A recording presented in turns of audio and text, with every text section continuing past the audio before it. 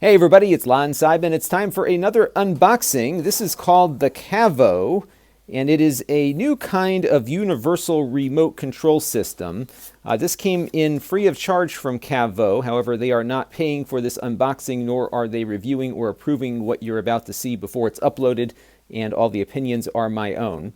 Now, the way this thing works is you plug in all of your set-top boxes into it, and then what it will do is present you with the content that is inside the apps inside of those devices. So if you were looking for Star Trek, for example, the Caavo can go out and search all the devices you have and show you where to watch it. And then when you want to watch it, it will actually go out and get those things tuned in for you. Now, this initially was a very expensive device. It had all this wood grain on it and everything. Woo! Now they're selling these for $100, but there's a catch to that, because they have a $20 a year subscription fee just to be able to make use of the features that it has. So this is going to have an ongoing expense, and we'll decide whether or not in the review if that expense is warranted or not. I'm not usually keen on this kind of stuff, but this product is actually very unique and something I haven't seen before. So this is the main box here. It actually feels pretty solid. I was expecting something a little flimsier, but it's got a nice, pretty heavy weight to it, which is good because you'll be probably putting it with your other home theater devices. What you got here are 4 HDMI inputs, so we'll take 4 different types of devices. It also works, they say, with smart televisions too. And again, it will go in and tune all of those things for you automatically. This is the output that you plug into your home theater receiver or your television. So one of the things I'll check out when I'm getting the evaluation done with this is to see whether or not this will work with my big receiver upstairs with Dolby Atmos and 4K HDR and all of that stuff. I believe it does support 4K HDR. You can plug it into the network, but they say it also has Wi-Fi capabilities. This is a USB port that they tell you is not for use. I'm guessing that might be for something in the future. Here is a port for an IR blaster. I guess the stuff that can't be controlled over the HDMI ports can be done via IR, and your power goes in there. Pretty attractive looking box. And you've got the remote over here. So presumably this would be the only remote that you need. I believe it does support voice control too, so we've got a lot of things to probably show on this here. So there you go. Not spectacular, but functional. All right, let's keep going here. Batteries are included, so you got some AA batteries. Let's peel back the layers here and see what else we've got. Some safety warnings. We've got the power cable, which is always important.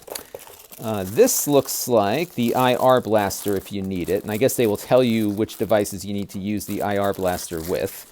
So those would plug in and you presumably stick them close to where the devices you're trying to control are.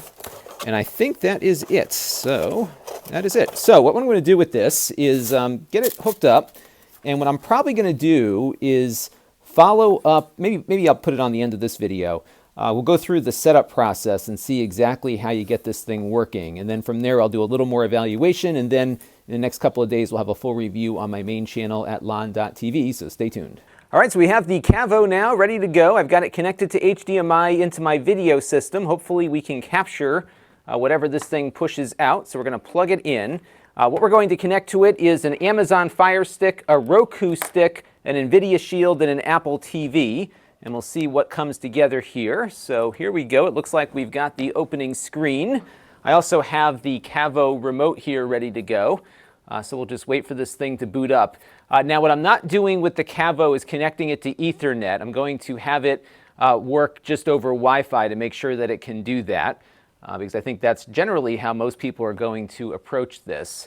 And I'm guessing what will happen when we first start up here is we'll connect to Wi-Fi, and then we'll likely have to get our service started on it. So I've got batteries in the remote. I'm going to hold down the Caavo button. Looks like the remote is working. And we'll see what happens next here. Okay, we're connected.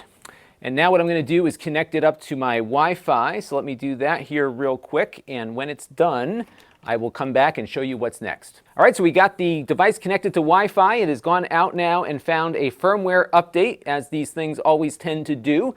So we're going to let this thing update, and when it's done, we'll see what happens next. Okay, so the firmware update is complete, and now it's asking me how I store my devices. Are they out in the open, or are they in a closed cabinet? I'm guessing that might determine how it controls them. I'm going to say open cabinet, and I'll try to find out why it is asking that question. So now it's gathering some information on my system. Now what I haven't done yet is plugged anything into the Caavo. My assumption is they probably would want you to do that one at a time, but we will see what happens here. It looks like it's maybe looking for things that might be attached that are not. So we'll let this finish going through its thing and we'll see what they ask. Oh, there we go. All right, so now it's going to select my TV manufacturer. So for right now, I just have this monitor on here, so I'm just going to say Other. But again, I will be bringing this upstairs to my LG TV to see how it actually works here. This feels like Android to me, at least insofar as its user interface is concerned. So I think this might actually be running some version of Android with some special software on top. Okay, so I've got all this information entered here. Let's see if it will pass muster with them. It's going to ask if I listen to audio through my TV speakers or do I use a sound bar. For now, I'm going to say TV speakers, but I am going to test the AVR because that's what I have upstairs.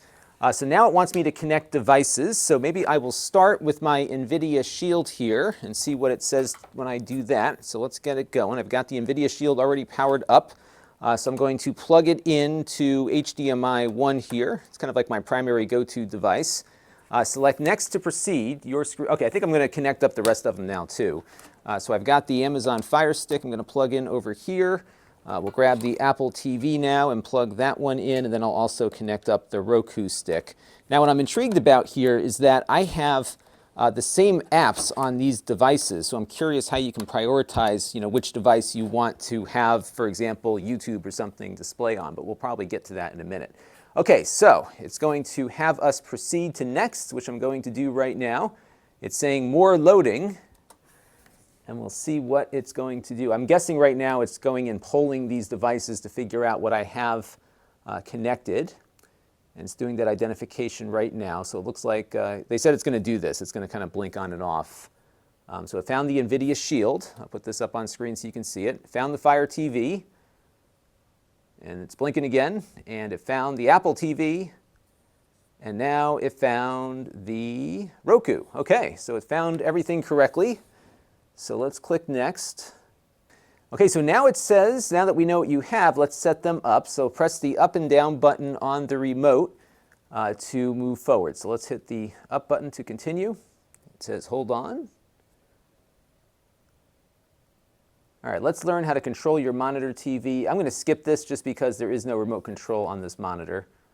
We'll just say no. All right, next step. All right, so now we're going to go set up Control Center to work with your NVIDIA Shield. And this is where we actually get these devices set up. All right, so using your Control Center remote, navigate to the Google Play Store app on NVIDIA Shield and search for Caavo. All right, so it looks like it needs an actual companion app on the Shield to operate, so let's do that. So it looks like it's searching for it now for me. That's interesting. Let's see what happens here. Oh, I pushed the wrong button. Oh, I see. So it wants me to find it. Okay, so let me do that. That's a little confusing. One of the things that I had read about this is that it could actually go out and search stuff for you.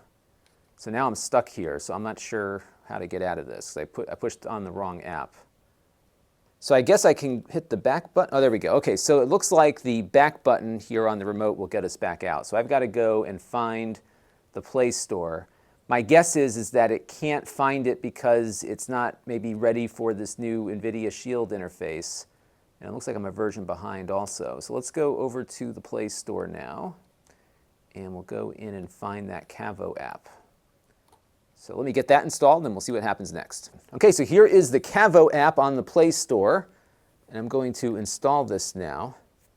So it looks like there's a bit of a process here to get this working. And this is just the first device that we've connected here. So we are installing everything, and now it found the companion app. All right, so now we're going to set up Control Center to work with your Fire TV. All right, so now we need to go to Settings, Control. Wow, this is a lot of work. So we need to go to Settings, Controllers and Bluetooth Devices, Other Bluetooth Devices, and then we have to add the Caavo to that. So we're going to go now into here. And what's funny is this screen is so small that if you're sitting across the room, it may be a hard thing for some people to see this. Okay, so we're going to go over to Controllers and Bluetooth Devices. And then we are going to add Bluetooth devices to this thing. I guess we have to go to Other here, okay. I'm telling you, I don't see consumers being this happy about this process. This is a bit much, I think, for a regular consumer to go through. All right, so we're going to add this. And we need to do the pair. All right. Okay, so now we've paired up with the Fire TV.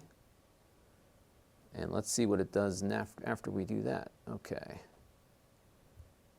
So it looks like it's controlling some things here on the Fire TV. And that's kind of creepy. It's going and searching and downloading the app automatically for the Amazon Fire TV. That's kind of funny. So it looks like perhaps on the older version of Android TV, it might have actually gone through and found it. And I think it just didn't recognize the screen with the new version of Android TV. But here you can see it's right now just on its own doing all of this. I'm not doing anything. All right, it's installing. And it's opening. And it's opening again. All right, and it looks like it's getting my Fire TV IP address. It must be reading that. Okay, so now it's set up correctly, and next we're going to do the Apple TV. So let's click next on that.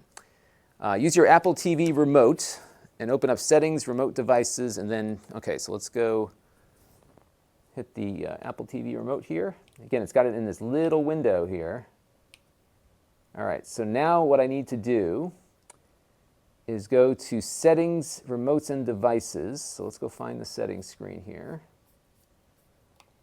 And we're going to go to Remotes and Devices. And we're going to set the Home button to Home Screen. All right, so I did that.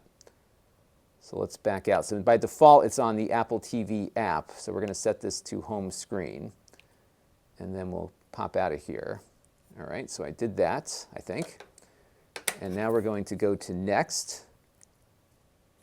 Use your Apple TV remote to open the App Store. So this one's not going to do it automatically. So we've got to go back to the App Store, and we've got to find Caavo. So I'm just going to hold down my microphone here. C-A-A-V-O. I totally messed that up. C-A-A-V-O. All right, there we go. Found the matching app. So we're going to install that real quick, and we'll let that go. And once that is installed, I will show you what happens next. There we go. Okay, so let's open the app. It found it, and it's looking to authenticate the remote. Okay, I have to type this password in now. So let's do that on the other remote.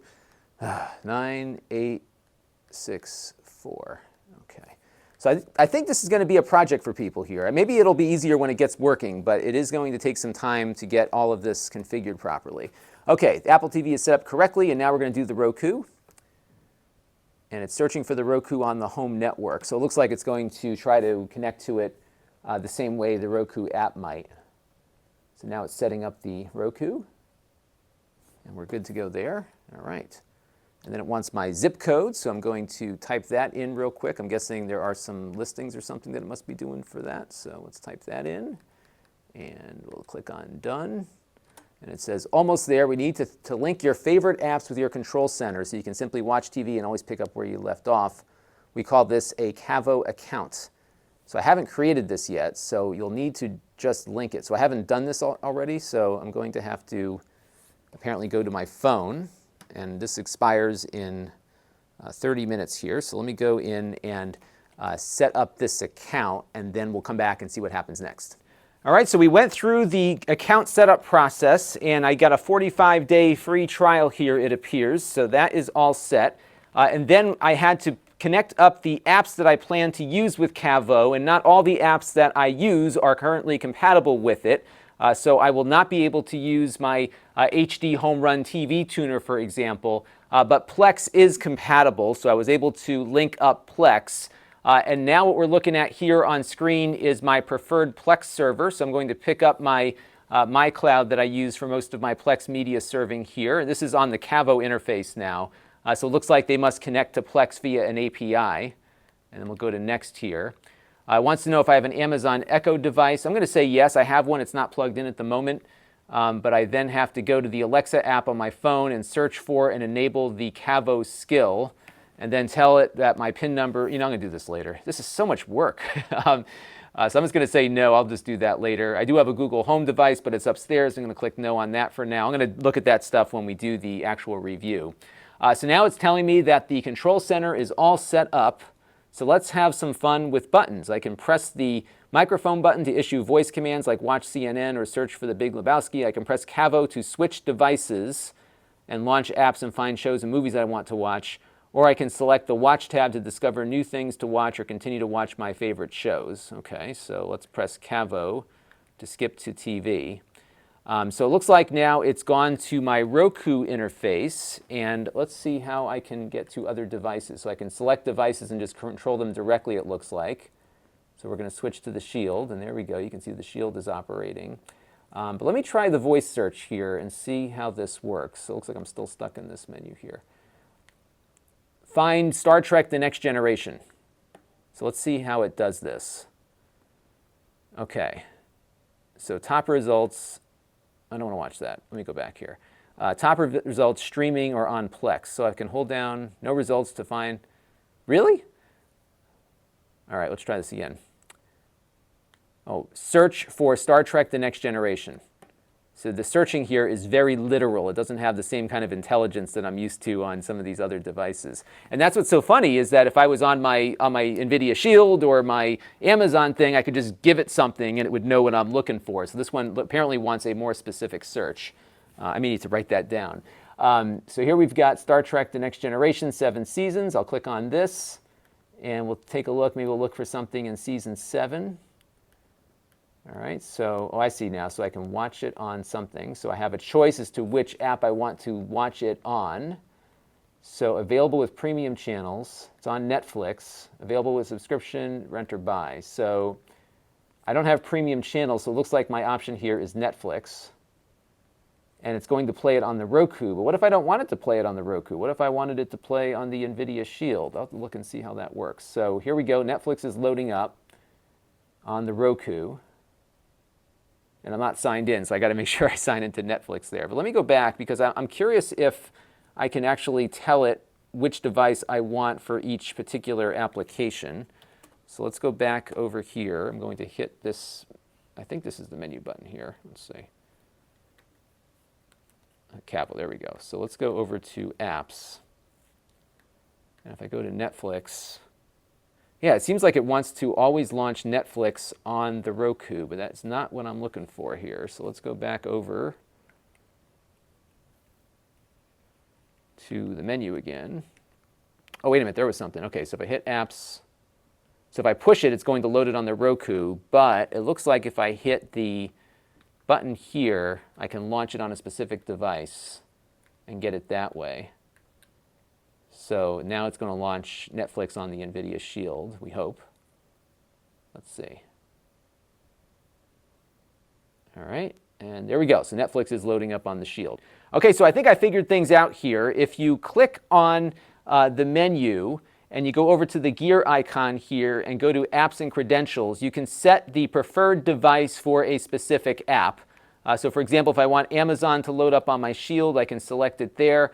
HBO Go, maybe I want that on my Apple TV because Comcast still will not let me use my Shield and HBO Go for some reason. iTunes Movies will leave intact. Netflix, I'll leave on the, I'll move that over to the Shield. And then Plex I want to have on the Shield. Vudu will load on the Roku maybe, and have YouTube go to the Shield. So there you go. And now what I'll do is back out and see if we can find a movie that I know is in my Plex library.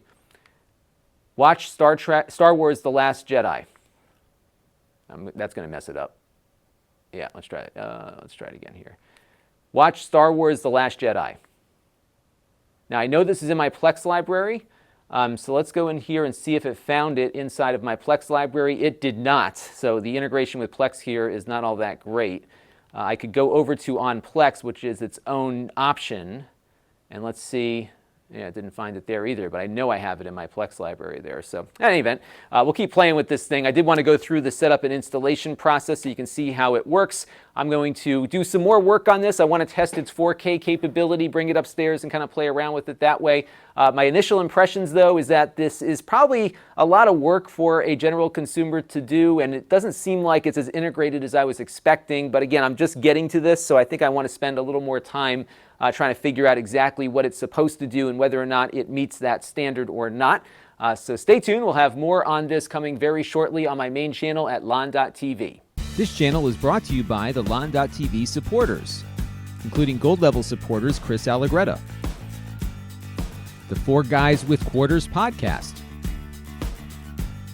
Tom Albrecht, Too Much Sauce, Gerard Newberg, and Kalyan Kumar. If you want to help the channel, you can by contributing as little as $1 a month.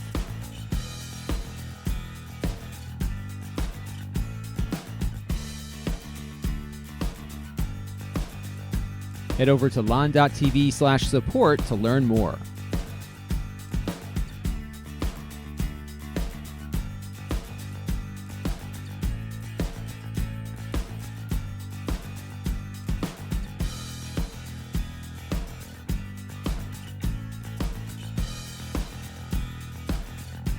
And don't forget to subscribe. Visit lon.tv/s.